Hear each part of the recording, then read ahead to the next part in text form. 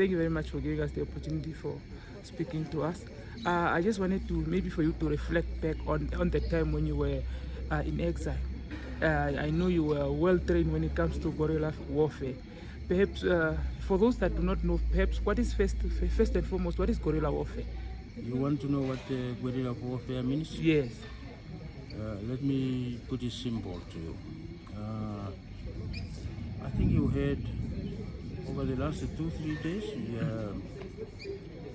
there was a clip playing.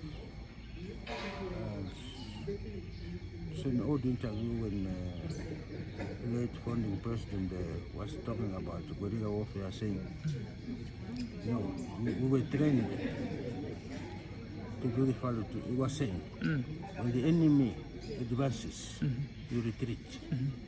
When the enemy retreats, you attack.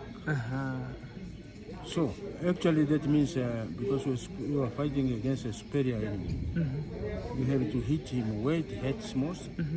You have to operate in smaller groups for a number of reasons, for easy concealment, for easy movement, for easy even for logistical reasons. Imagine if you're in a group of 100, it will be difficult. For example, if you come to a homestead of any person who is a supporter of SWAPO, for example, and he wants to cook a chicken for you, which is the only thing he cares.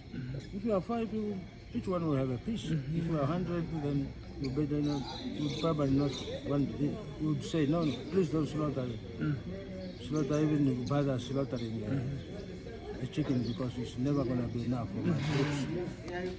No, I was trained in the Soviet Union for my USSR, Union of Soviet Socialist Republics.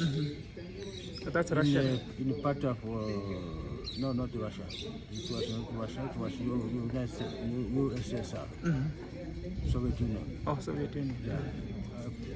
That Russia and these countries you hear now that came later on after the breakup of the Soviet Union.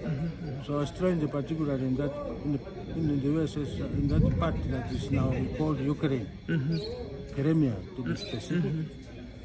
So and then of course from there I joined the others at the front. That was between 1974-75. That's when I was trained. And then I joined the others at the front. And that's where I've been until 1989 when the war ended. But you had to think on the go, because the reason for reducing the numbers was to be economical also, and also to be flexible. Not really. I mean, this thing you need a whole day to lecture you. Yeah, because I understand the questions will never be like you want to ask. Yes, I hear you. The not experience is completely different. Look, it's simply put, is to attack the enemy in small groups where it hurts the most and all the rest of infrastructure, planting around the mines, you know, blowing up infrastructure, certain things, not the hospitals and schools, but the enemy uses, attacking the enemy where it does not expect you to attack at the night, daytime, small groups, scattered all over the place, cause much confusion as possible. And then also, yes, when you fight a war, always, the war first of all is economics. Secondly is human. So you're expected to spend money, you're expected to lose people at the same time. And we're ready to sacrifice our country. And you know, you just read in that book, Their Blood, Waters of Freedom. Those people did not die in vain. The majority died in combat. And some of us are lucky to be here still. So it's a miracle that we are still alive, still going strong, but at the expense of those who have died before us. For this independence.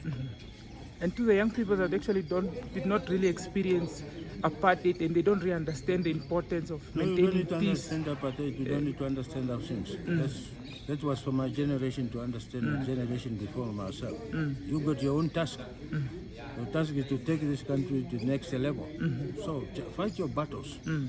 Fight your struggle, which is economic struggle, economic emancipation, fight poverty, illiteracy, and all those things. Unemployment, that's your job to fix. These are the things you need to fix. You don't need to worry about apartheid. I don't blame anybody for not, in effect, I wish all of us were born in an independent Namibia, in an era where there was no apartheid, oppression, colonialism, and all that. That is not for you to worry, but you need to know and understand it. That's all we're saying. Yeah, we're not blaming you, but you have a mission also, a historical mission to get out. I hope you accomplish that. And one day when you are my age, somebody will be standing there like your age asking you, I don't know, I wonder what you're going to tell him. Yes. That's the thing. Thank you, General. You want to come? Much appreciated. Great.